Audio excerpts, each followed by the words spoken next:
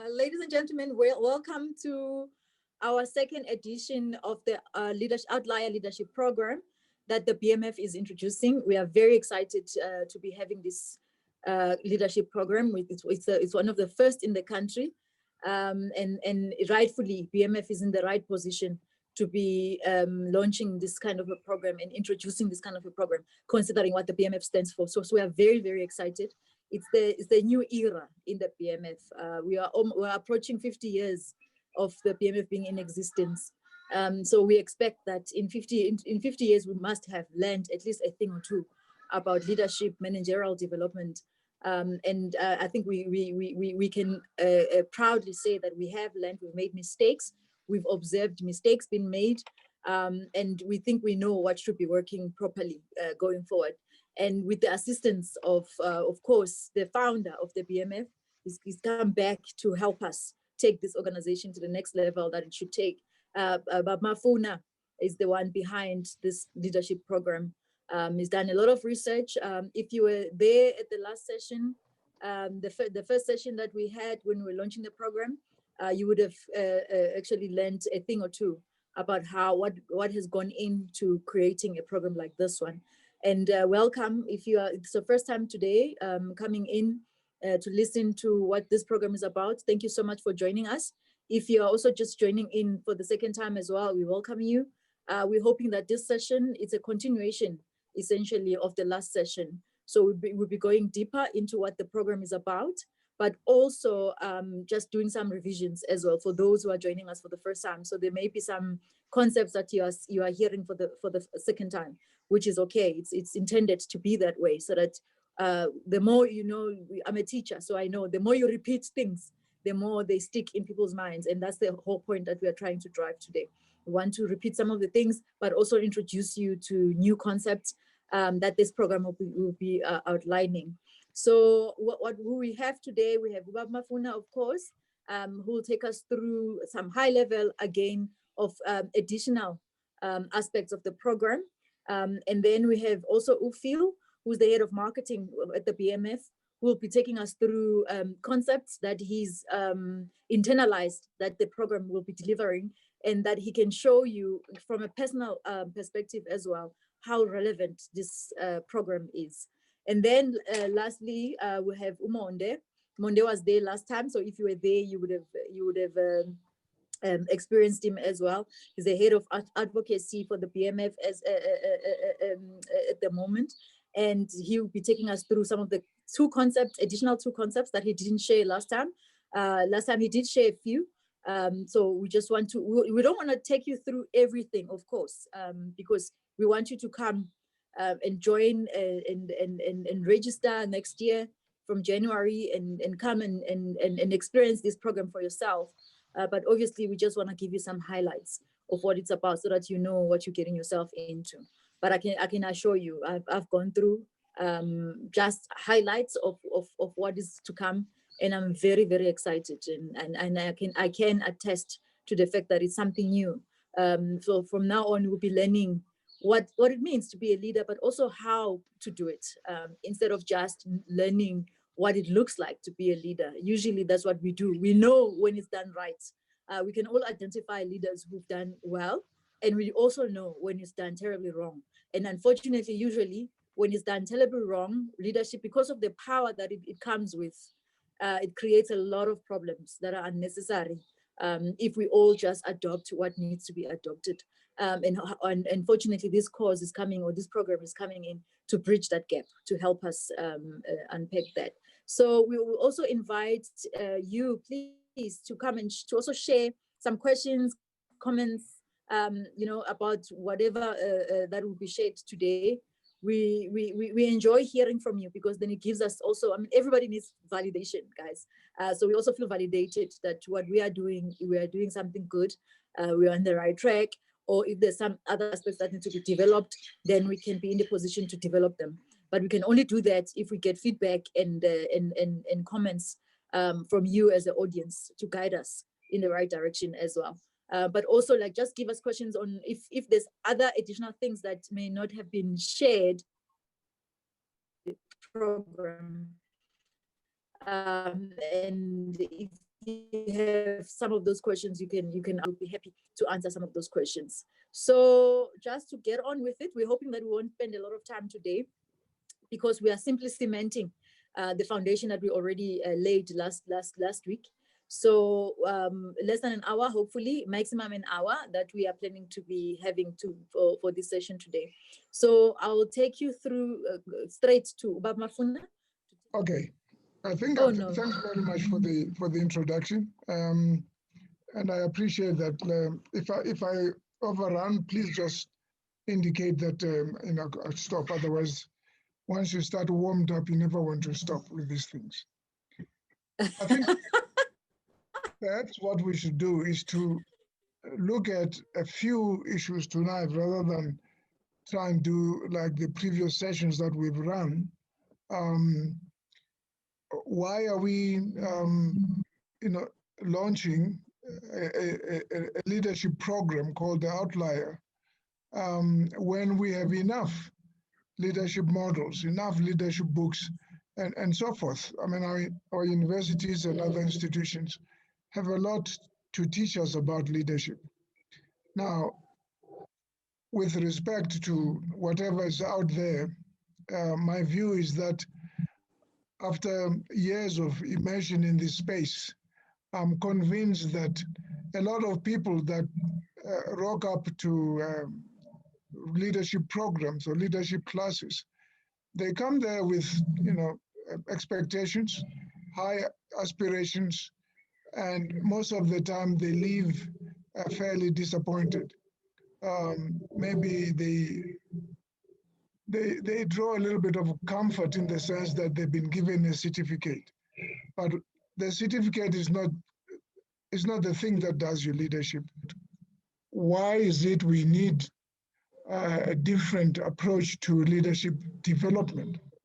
And I was saying that a lot of what is being offered generally teaches you concept and also touches on best practices of leadership and all that. But my experience, in this space definitely has convinced me that there must be other ways of, skinning this cat, making sure that we can equip enough numbers of South Africans with the kind of skills that will make them operate at their fullest possible, rather than, just take them through courses where they're going to learn concepts which actually do not help them improve their leadership capacity. So what am I saying?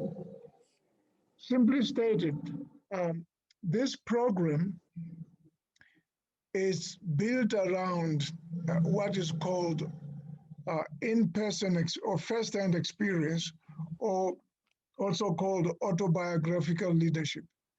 The best examples of autobiographical leadership are Nelson Mandela and many others, many other leaders that have done very well for themselves.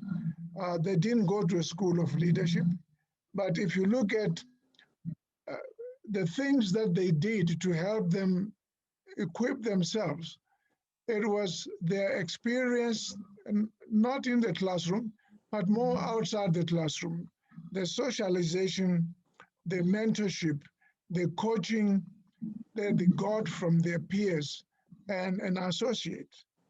You learn more from watching, indulging, or interacting with your associates than you get from the classroom. If it's anything, anybody that has read Nelson Mandela's A long road to freedom will have seen that that entire book is divided into segments. And those segments, if you follow them very closely, you will see from childhood up to Fort Hare University, and then in Johannesburg, in Alexander, within the ANC, Umkhonto, and prison, and then out of there into leadership. You'll see these stages that if we tackle it properly, you'll see how relatively easy it is to learn about yourself, because the secret of effective leadership training lies around the issue called self-mastery. It simply means that the more you get to know and understand yourself, the better it is for you to spread your wings and fly as an effective leader. What we're talking about in terms of self-mastery, we're talking about stuff that confront you at the time, and then you are pulverized. It stops you in your tracks because you stand to think, oh, there must be something that I'm doing wrongly, or I'm unfortunate, or I didn't come up the right way, I wasn't schooled properly. It's a whole range of things that I believe that when we start this program, we're going to show you the sure-footed way to learning more about yourself, because unless you start there by understanding the kind of man, the kind of woman that you are, perhaps even more importantly, the lessons that were exposed to you, that you were involved in earlier in your childhood, that you did not take very seriously because you associated them with humiliation, with pain, and so forth. Those lessons, we need to go back, revisit them, because they were happened for a reason. In this material that we are going to be sharing with you, what I'm talking about appears under the heading of crucibles. Crucibles are terrible experiences. They are catastrophes, personal incidents, personal accidents, embarrassing, humiliating, painful experiences. When they happen, they kind of take over your life and they pulverize you to a point where you are almost immobilized. Now, we are saying that some of the smart people, when they were young, they were lucky enough to have colleagues or to have self-belief in themselves, that when these things, crucibles, happen to them, they learned to stop, check themselves out, and dig themselves out of the hole. And out of there, they learned the simple lessons of life. Here is the simplest, and I'm not going to give you a lot of examples tonight. All of us can relate to the situation when you started school. In my time, the classes were anything upwards of 40, anything upward of 50. By the time you write your first test or the first quarter of your schooling, when the test results come back, you found yourself possibly in the last quartile. What I'm saying, you possibly rated in the 30s and the 40s and 50s. But smart children, outlier type kids, they look at the results and they say, well, why is it that I am down at the bottom end, the tail end of the class? What is it that I need to do? No parent, no teacher tells the kid, you must do X, Y, Z. The child, the smart child, decides by herself that I better divest myself, move out of the group of people that I'm hanging around. They start associating themselves with the kids that were at the top of the class. All of us have been, most of us have been through this. The first test, you didn't show very well. By the time the third and the final exams come, most of us will remember you either were at best in the top 10, but most of the kids that have come up that I've known as very serious leaders today, by the time they were doing their last exam at school, they were rated in the top 3, top 5. Most of us can relate to that. The question is, what is it that you did? What motivated you to say, I must make this life-changing decision to move out of the friendships, of the colleagues, of the club, or the peers and associates that are not doing very well in terms of the grades. Second, part of the learning, you realize that the most effective learning was not taking place only in the classroom. Perhaps the most effective learning was taking place in the playground. That's where you were playing, you were mixing with other kids who simply will tell you in no uncertain terms, either you are stupid, you are dumb, or if you continue doing like this, they're going to kick you out of the club. So they're patient enough. Kids are very good at teaching others. Nothing that children do in the playground is wasted. Whatever they do, it's teaching one another life's lessons. And I'm saying that is where we are hoping to start with the issue of outlier leadership. The rest, we are going to use a number of exemplars whose stories overlap, and they help us find our way through the confusion of our past experience, where you think, I'm not going to go back there because I was humiliated. Everything that has happened to you that was painful, that was humiliating, that was unsettling, there's a lesson in there that you still have. If you haven't found that lesson, you have to go back and crack it open and interrogate what exactly is this that, because you ran out of the crucible instead of getting the lesson. That, in essence, in a nutshell, is what the outlier leadership is about. Very briefly, we live in a country, for starters, we live in a continent that has always been treated as an outlier. We were out of dark Africa. We were a people that were considered, or were told to our faces, that we did not have a history, we did not have culture, we do not have civilization. Even in contemporary times, Africa is considered to be so backwards that it's still incapable of even following up what is going on in space. Every country that is considering itself to be civilized, developed, they've got inspirations of sending a rocket either to the moon or in space. Africa hasn't done that. But because we were always considered the outsider, the dark sheep of the human race, South Africa, on the other hand, has always been called an outlier country. For a number of reasons. We're a country that had, the only country in Africa that had white people who call themselves citizens of, they call themselves African. Apartheid locked us in. We were not allowed to go anywhere. When apartheid fell, the democracy came about. And even before democracy, South Africa had distinguished itself in the field of trade and trade relations as a high performer. We had all the resources here. We were all very self-reliant. We learned, to teach ourselves.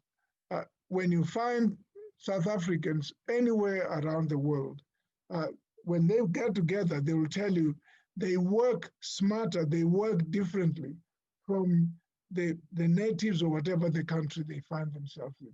So we come from a continent that's an outlier. We come from a country that's an outlier. We come from a country whose people are called outliers. When you visit Africa, or you deal with Africans, or you relate with fellow Africans, the first thing after they observed you for a few days, they ask you, what kind of African are you? Why don't you do like other Africans? And I have had this thrown at myself. And I've had to go back and try and understand, why is it that I am different from other Africans? Even in my own family, I have had to learn that I'm different from other kids. I'm cut up from a totally different cloth, right? Even my own parents found it very difficult to understand. They kept asking me, what's wrong with this child? what kind of person is this child? But over time, I've learned to understand, walk that trench to and fro many, many times until I understood that, yes, I'm not a very smart kid. I'm of average intelligence, but I have to work smarter. And I realized that the lessons that I need to get ahead in life, I'm not going to find them necessarily at home. And I'm not going to find them in the classroom.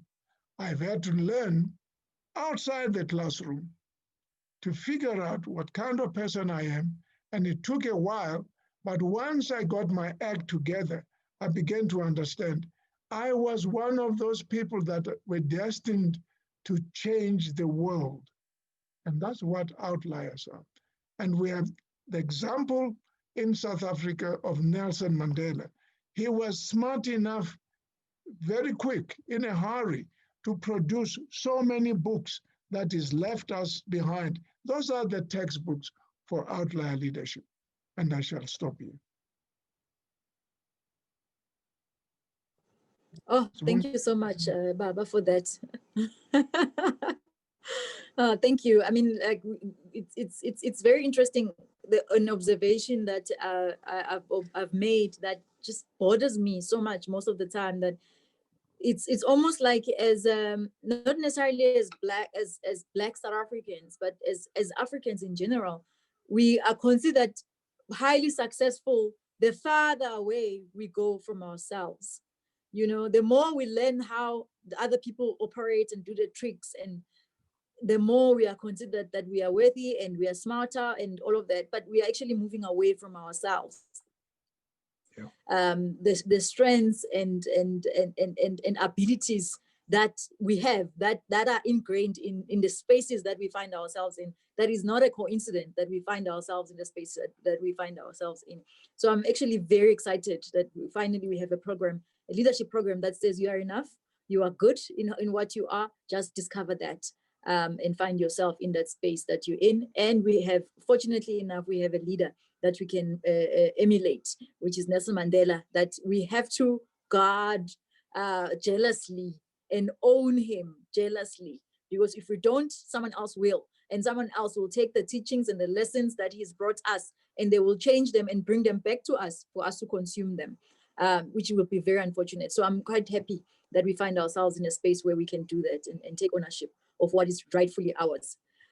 So right now, we'll have Phil to come and share a few lessons that come from outside South African context that shows us how relevant this program, Outlier Leadership Program, is for leaders in Africa. Thank you so much, and over to you, Phil. Thanks a lot, Doc. And again, thank you very much, colleagues, for joining us this evening. It's always kind of difficult to speak after Uba has spoken, because he's quite an inspiration to all of us, and he's like one of those driving engines without which you can't function. And I think as the BMF, we are very proud at this late hour to still be associated with him, especially now that we are moving towards our 45 years celebration, which will obviously be within the next few months. So my part here is basically just to take you a little bit back on the crucible concept that Tata has so eloquently spoken about. And my focus will predominantly be on the concept called the curves. The curves are the sort of different phases that we go through in our lives, which is linked to this particular program that we will be launching next year. It's different phases, it's different journeys that we all have gone through in our lives, and this is obviously journeys that push us to excel. Journeys that have taken us from a point whereby we find ourselves in situation where we had to do something about our being, where we had to at some point prove the point of our existence prove a point of actually what is it that we cannot stand for, you know. So you will go back in certain instances in your life, you know. And the reason as to why I'm actually raising that is because as you look at throughout your life, there are many experiences you have gone through, and I think Ubaba has alluded to that in his remarks. Experiences that have forged us, experiences that have built us, experiences that have bring the bad and sometimes the worst out of us, but the worst in a much more positive context, so to speak. You know, in my case, I must actually say that there has been quite a number of them, especially coming from a continent, from a country where you know, we've had many challenges, and when I try to look back, how those experiences have built me to this person that I've become. I couldn't have you know, hoped for such wonderful experience, and that obviously has to do in my growing ups back in native Congo, where I'm originally from. You know, I've had a number of events that have occurred in my life, and one of them were actually in primary school. In primary school, because you know, when you start primary school, you always start the journey with a set of people in your life, people that come into your life for a specific reason, that people come into your life for a specific purpose. In my context, there was this colleague of mine, this classmate of mine. She was Congolese, but partly Russian, because she was of a Congolese father and a Russian mother. And I've studied with her, or she was my classmate for 6 years, you know, so you can just imagine for how long I've been with her. And without any fail, at each and every assignment we had to hand over, at each exam we actually had to write. Without any fail, she will come up top of the class, without any fail. And that was for 6 consecutive years. Years after years, she maintained that very same level of consistency, while some of us were obviously, you know, average students and trying to fight and remain obviously relevant within the context of the classroom, you know, and having to obviously try sometime and impress ourselves. But it so happened that whilst she was still on that tangent, I decided that a specific year, and I think that was probably the 5th year, to turn the tide around, you know, to say, this time around, I will attempt to actually do better than her, because it was virtually impossible. She was always the best. She was great, you know, and I still very much remember her first name. So it's a family name. I still pretty much remember sort of like where she was from, a background, a family background. So what is it actually that I did actually to try and meet up? What is it that I actually tried to do to try and be that kid that was just like her, even though we were not the same? She was virtually different to what I was, you know, in all aspects, you know. First, because she was different to me, and I had to acknowledge that. But there's something she had which I also wanted. It's something she had that I had to go after, which was for me, I think, excellence. She was excellent. She will truly and really apply herself throughout, whether it was during a class assignment that we had to submit, whether it was during exam. So I first and foremost had to try and befriend her, to understand how she was able to do all those kinds of things. How was she able to remain focused over all these years? What was the frame of mind? What drove her? And what kind of environment did she find herself in that pushed her to be that person she actually was? You know, and that for me was the first step. I had also to understand, how was she getting all those marks? Because I mean, without any fail, she will be number one, whether it's a simple assignment to a group assignment to an exam that we will all write. So I had to befriend and understand. And I understood a number of things as soon as I started, obviously befriending and starting to get close to her.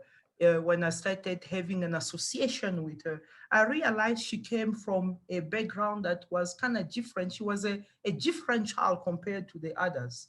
And she was different because her home setup was completely different to mine. Whilst my parents were obviously paying attention to how my marks were looking like at school, hers were paying more specific attention on the day-to-day basis as to what was actually happening in the life, how focused she was in terms of producing consistently those marks. So I taught myself I will obviously befriend her and start the process. So we started that process. We went through that journey. I went through that journey with her, and I started understanding where she was coming from. And I think just to echo what Tubaba was saying, that she was very different, outliers in their very nature are very different to the rest of the group. They stand out in a particular way, in a particular manner amongst their friends, within their families,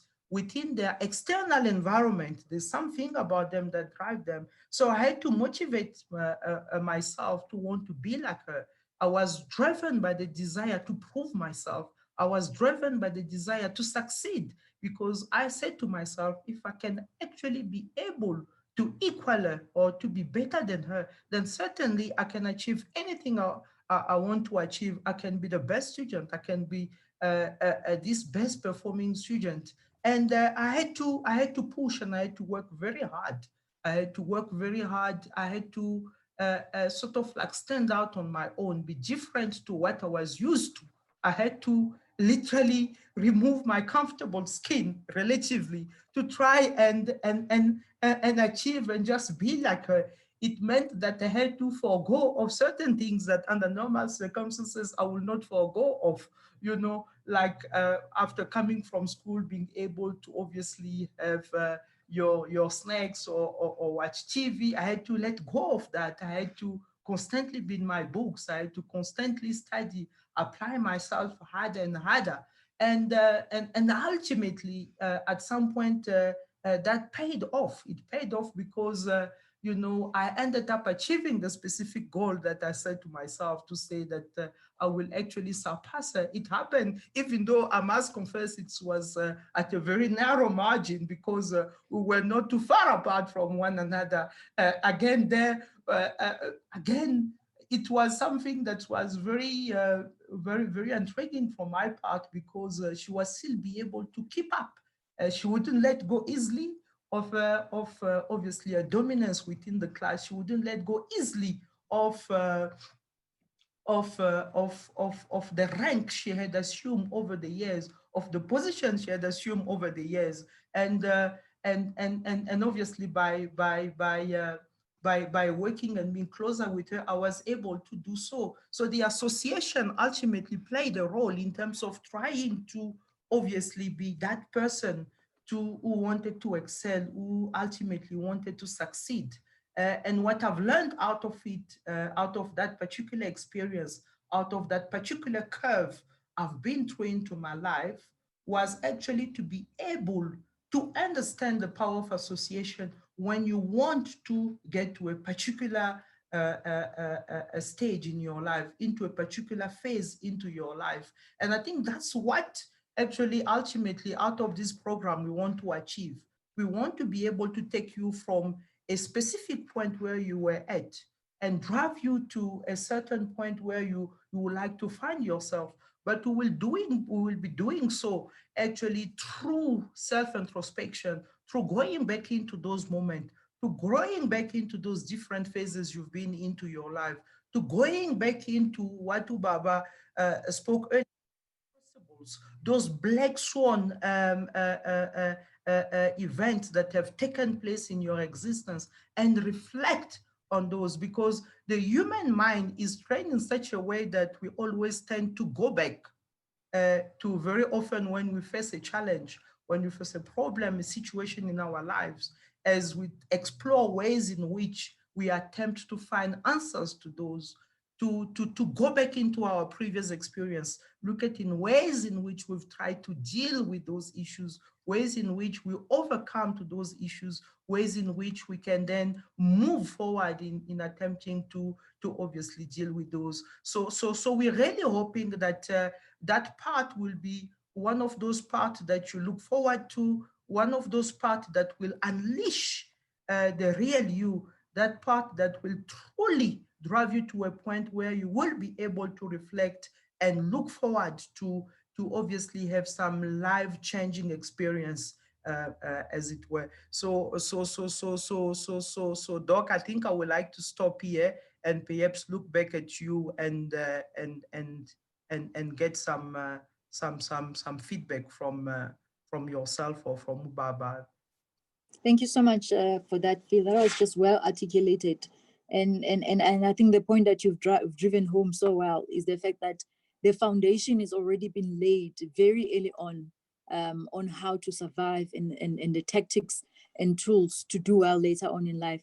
And the crucibles, Bob Mafuna likes to say, everything you need basically to succeed in life is laid out before the age of 7. After that, you are just developing on top of that. But I must emphasize though that the crucibles don't only happen in childhood. There are some crucibles. I've met people that, for instance, who've gone through a divorce or a breakup, painful breakup, in leadership positions, and you can see the way they are leading that they are still hurting. They haven't gone through the pain of that crucible. They are still crucifying themselves because of that pain.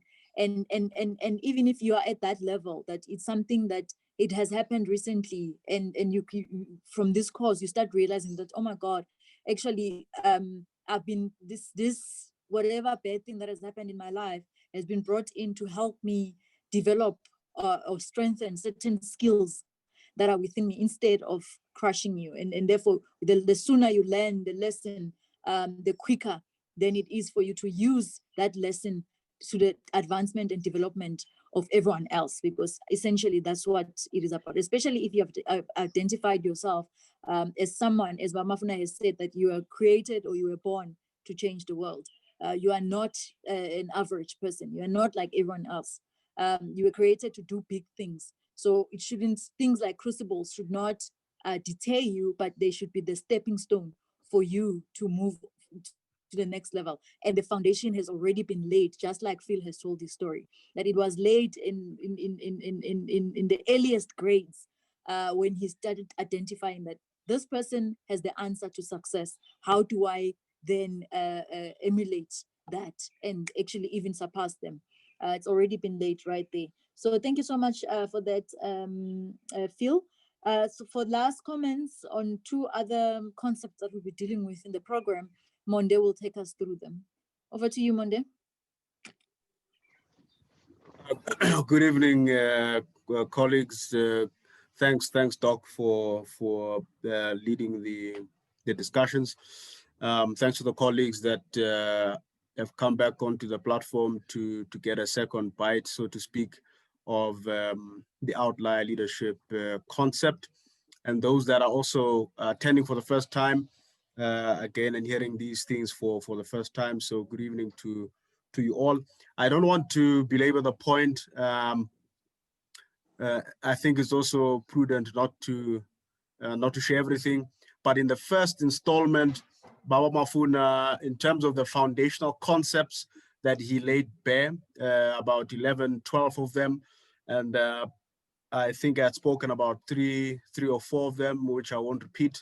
I'll just add another just 2 in the interest of time, from the perspective of what can we understand, and also to further appetize and regulate your interest in this program.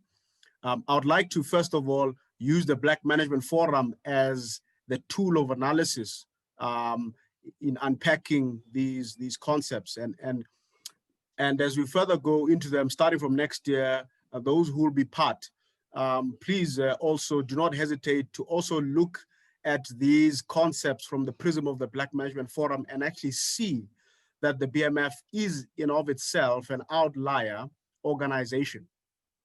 So which I think is very fundamental and key, that as much as we'll be learning about the Outlier program and the moral leadership, the adaptive leadership, collaborative leadership, and all the other leadership models that come into the fray, the BMF itself, historically, when you look back, you can actually see how it has behaved like an outlier, how it has set the tone for so many of these concepts that we are discussing tonight, and it makes perfect sense. So for starters, when Baba Mafuna speaks about the childhood experiences, there's another concept adjacent to that, which we have spoken about before, the issue of the stars.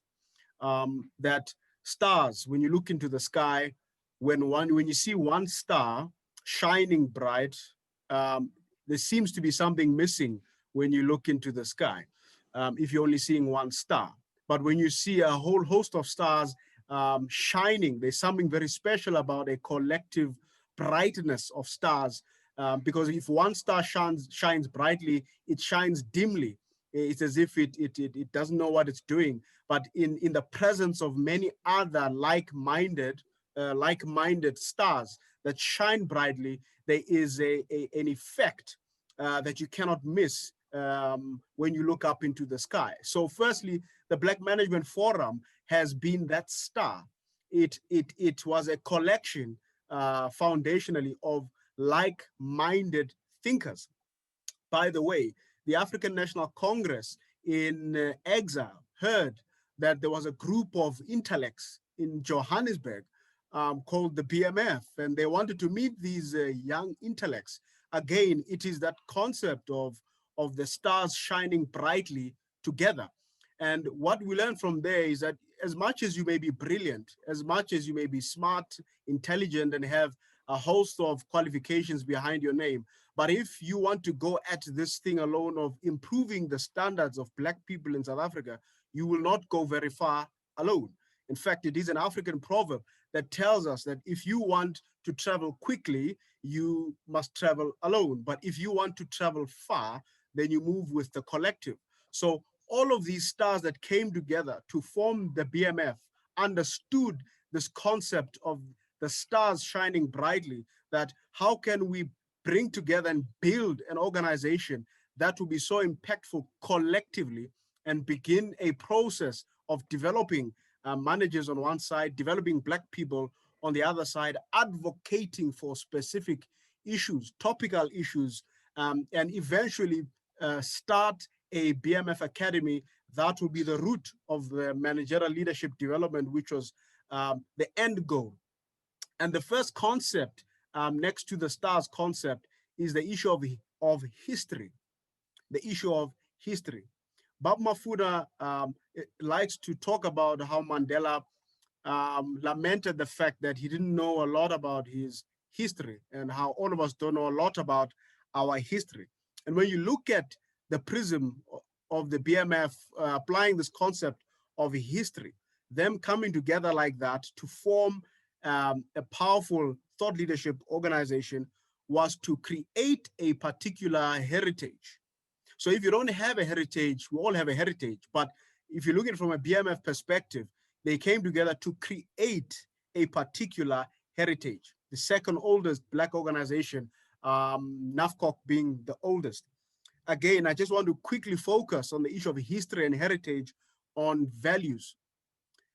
BMF is probably the only organization, Black lobby group in the history of South Africa that has placed values at the forefront of everything that it does. And for those who do not know the BMF values or have forgotten the BMF values, I'll just quickly recap them. Number one, the first value, I'm not putting them in any particular order, but the first value is creativity. Creativity is one of the values of the BMF, thinking creatively and being able to stretch your mind to come up with a particular view or see things in a unique way. And BMF has been that organization that gives a very unique, insightful perspective on things. And even the decorum of the BMF, when it articulates views, it comes from a creative perspective. So creativity is one of the values. Number two is the value of effectiveness, that the organization ought to be effective in its dealings, effective in its processes, effective in advocating for socioeconomic transformation, effective in developing managers and making links, even international links, to send its members overseas to learn. But the whole point was to grow the base of managers in South Africa, Black managers, so that they can come back and run profit-driven organizations, and those in the public sector may be able to create organizations that make a profit. And so effectiveness is the second value of the BMF. The third one is integrity. We cannot emphasize this over enough, that we ought to be men and women of integrity, an organization that is driven by integrity. Point number 4 is Ubuntu. Ubuntu, another value, again, talking to African heritage, African history, trying to drag a value of history and planting it into the BMF as we continue to shape it moving forward. And the fifth value, which has been included a couple of years ago, I think it was under the leadership of Professor Bonang Mohale, who included respect. Respect as a value of the BMF. And so emphasizing, and we cannot overemphasize the need to discuss values. The great thing about the BMF and being a member of the BMF from a historical perspective, from a values perspective, is that every time you move into the BMF fold, whether it's through an event or conference, etc., once you step into a BMF environment, one of the first things that that challenges you is your ideas, but it's also the issue of values. How far are you in your values journey? How far are you from the values of the BMF? How far are you from those values? So if you disconnect from the BMF, you're also disconnecting from a values-driven organization, a values-driven leadership perspective. And so values are fundamental, they are key. They are the engine of leadership. Without values, we don't have leadership. And hence, the BMF has always focused on values, not just development, but values, because it is the values that will enhance the character, that will make the character sharp and sharpen your mindset, sharpen your effectiveness, sharpen you as a manager, but sharpen you as well as a civilian in South Africa. So when you disconnect from BMF, where else will your values be tested? That is a fundamental question. If you step outside of BMF, where will your values be tested? So the whole point of history, the whole point of heritage, culture, values, the BMF has been building that since 1976. The second concept, which is the last concept I'm going to comment on, is the whole issue of neotony. Neotony. And I remember when Bob Mafuna expressed this thing, it was kind of like, where does that word come from? Neotony. And very simply, neotony is all about an organism reaching its maturity without losing its youthfulness, without losing its juvenile, in some definitions, juvenile characteristics. So in other words, when you look at the BMF as well, you can see the expression of neotony in the sense that a young Monde can come into contact with Bob Mafuna, who was a founding president. I won't mention his age, but Bob Mafuna is mature. But I can come into contact with Bob Mafuna at the BMF and interact with him and share ideas. He can challenge me. I can even ask him for his number, and I can ask him for coffee, and he will not say no. All of the stalwarts, by the way, are like that. And the BMF is that example of an organization that is driven by neotony thinking, that it has its youthfulness and also has its maturity, and the interplay and the interlink of bringing about youthful development and maturity, and be able to sit at the table and challenge Bob Mafuna and challenge Professor Nkutlu and challenge Mtunzi and challenge Prof. Bonang Mohale without them taking it personally. That is an expression of a mature organization that recognizes that you are leading leaders. You're not just leading young people or old people. They also take cue from you. You can also chair a meeting that's full of stalwarts as a young person, but they look at you as an equal. It is because the BMF is an expression of neoteny and also developing this capacity to engage cross-generationally without having an issue, because we look at each other as equal leaders and BMF as the expression of neoteny. Doc, I'll stop there. Thank you very much. Wow, thank you so much. That was so brilliantly articulated. I think if I were not a BMF member, I'll be looking at the forms right now and asking, how do I join? Because you couldn't have articulated it better in terms of what the BMF stands for and why we should continue to build this organization and evolve it into the state that it needs to be. And this is the rightful time to evolve it to the intent that Monde has just mentioned now, that the intent of the BMF has always been managerial development. It was the end goal. And for some reason, we've because of the needs, I guess it's not some reason, it's because of the needs of the time, we keep shifting and doing what the time needs. But the end goal is there. And it's sometimes we don't really focus on the end goal with all our might and our passion, that we are now hoping that this new era of the BMF will take us there, that let's focus with all our might and intent on that goal of managerial development, of that leadership development. And that's what this program is trying to do now. And with the concept that you've just raised now, values, Monde, I love it so much, because it's without values, you can't have discipline. And without discipline, you can't achieve anything in life. You know, what separates people who are successful versus those who have dreams, but they never achieve those dreams, it's discipline, nothing else. And you can't be disciplined if you don't have specific values that you live by. It's not always easy. As a leader, you are constantly faced with decisions that you will have to be made that are not easy all the time, and you'll be tested. But if you are not aligned to a set of values, as Monde, as you've articulated so well, you will find yourself moving in all sorts of directions that you shouldn't be moving on. But if you are aligned to those values, and BMF is very clear on the values that drives the BMF, and we really welcome you to come and join this program with us and help us build this organization and take it to the next level that it needs to be going. With that said, can I please open this opportunity for questions, comments, and whatever it is that as an audience that you've been experiencing this session, you have to say, just so that we hear your voice as well. I'm seeing one comment from Bokang. She's saying, this is a perfect engagement and articulation. It comes at a good time when Black leaders are in shambles. Yeah, we need to find our way back. And I think it's possible for us to find our way back. And this is an opportunity to do that. So any more comments, I'm welcoming them. I don't know if there's others that I can't see. Please help me there, Monde. You have some privileges that I don't have.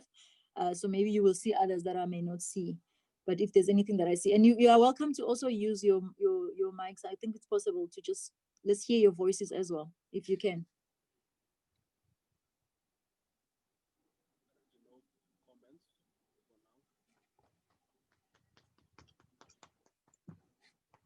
Are you speaking, Monde? You are probably on mute. I'm saying I currently do not see additional comments. Okay.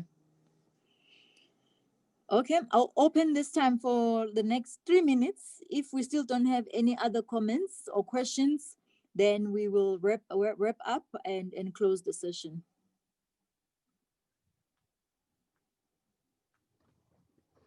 But I must say, I'm extremely excited about what's to come. I think we are onto something really great. Sibongile, can I add a few things whilst people are thinking? Okay, please do. Just to round off some of the concepts that have been raised, I think someone talks about the curves. That is from Charles Handy's book called The Second Curve. Charles Handy and his friend Warren Bennis, who has done a lot to inspire the likes of me about leadership. In the book, Second Curves and Child, and also in the book about what they call geeks and geezers, Warren Bennis, they stumble on this concept of, you may have been born once, but throughout life you'll be tested to be born over and over and over. So most of us have to learn not to be just firstborn or born once. You have to be maybe 7 borns, 10 borns. I don't know if it makes sense, because every time you get into a crucible situation, or every time you experience a new direction in your life, you have to reinvent yourself. In today's term, the jargon says you have to reimagine yourself. You have to repurpose yourself. You have to recreate yourself.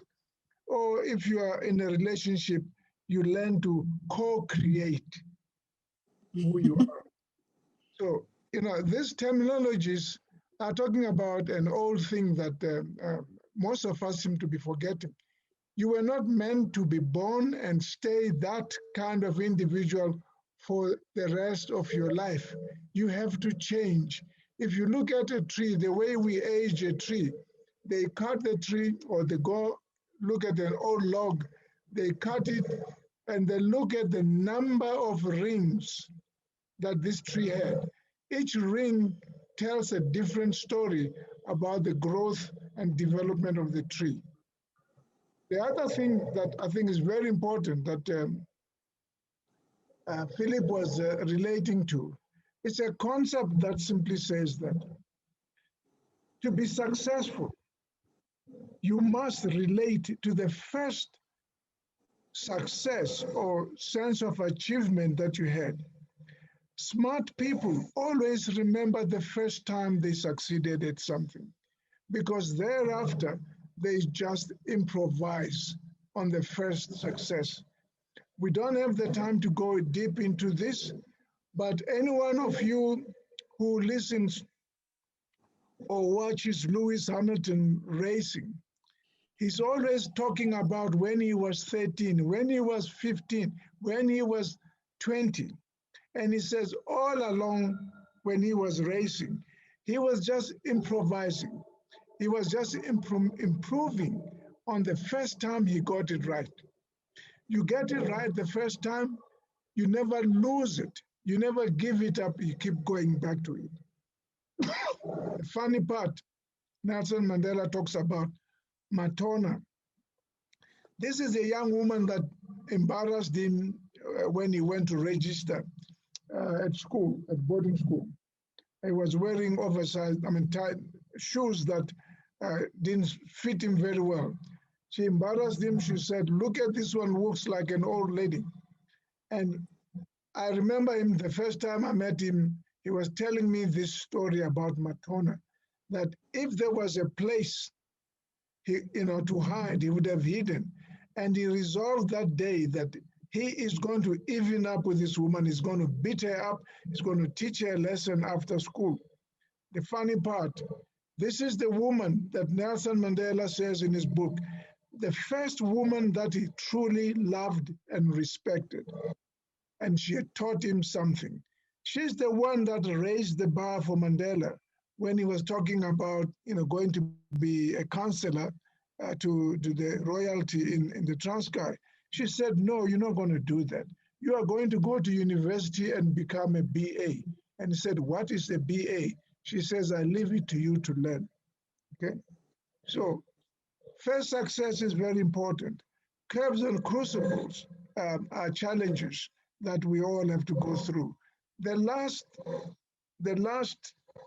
idea, concept that none of my colleagues touched on today.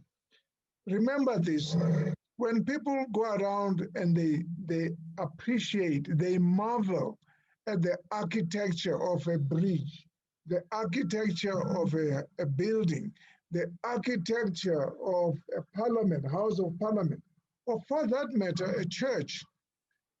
seldom do they admire the foundation or the person who built the foundation. They seldom ask who started this whole thing.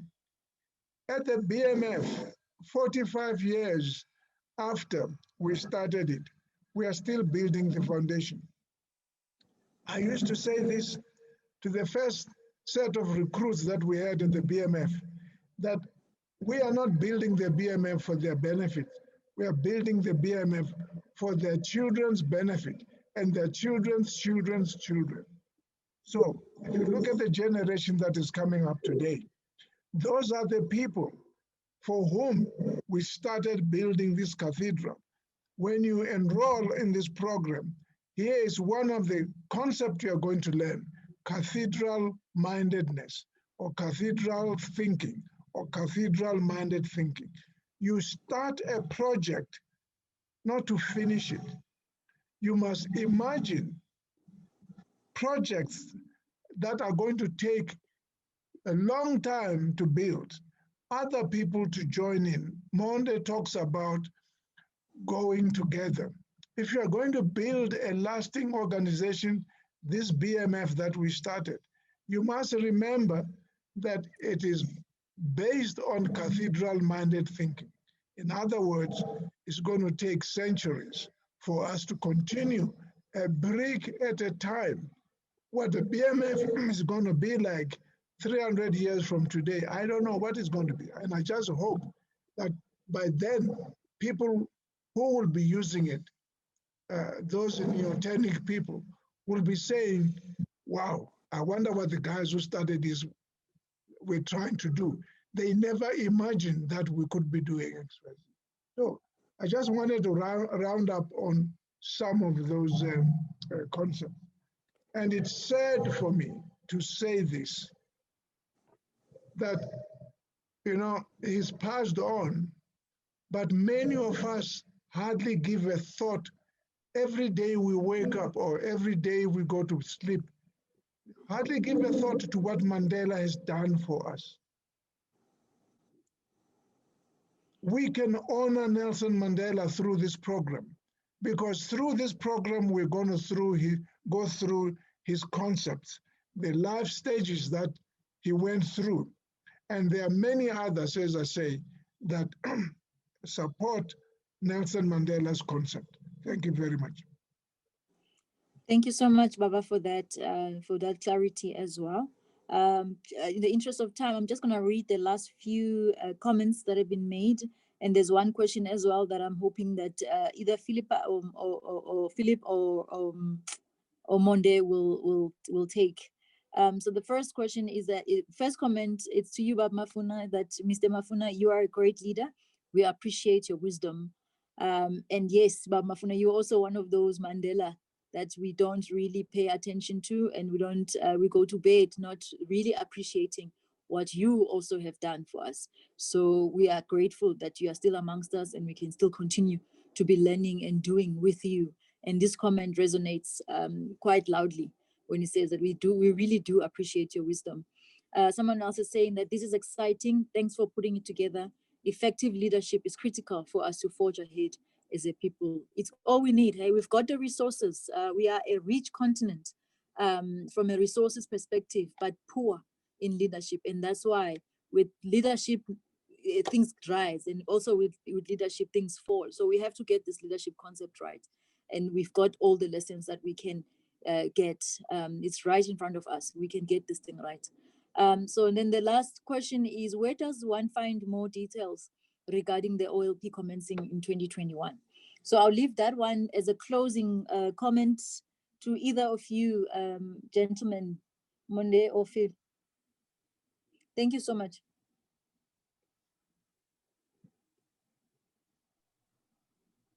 I see Phil is quiet there. Okay, so what we're going to say is, so further detail will be communicated. Please look out for that. Not long from now, we're finalizing a couple of other things, but we will be communicating obviously before the year comes to an end. we won't be obviously communicating in January. No, that's not the plan. The plan is to really close this issue before the year comes to an end. So please look out for the detail, and it will go out to all our members, and it will also go out publicly as well. So please be on the lookout for that. It will be communicated through the programs department in the BMF, which is run by Shumani Kwashaba, who I think has tuned in as well. So good evening, Shumani, wherever she is recovering. Look forward to seeing you very soon. So she definitely will be joining us very soon, and there will be that communication. So thank you very much. Thank you. And thank you so much, everyone, for joining us. Looking forward to meeting you when the course starts. Thank you so much. Enjoy your evening. Goodbye. Thank you, Program Director. Thank you, Baba. Thank you, Program Director, and good you. evening, colleagues. Bye.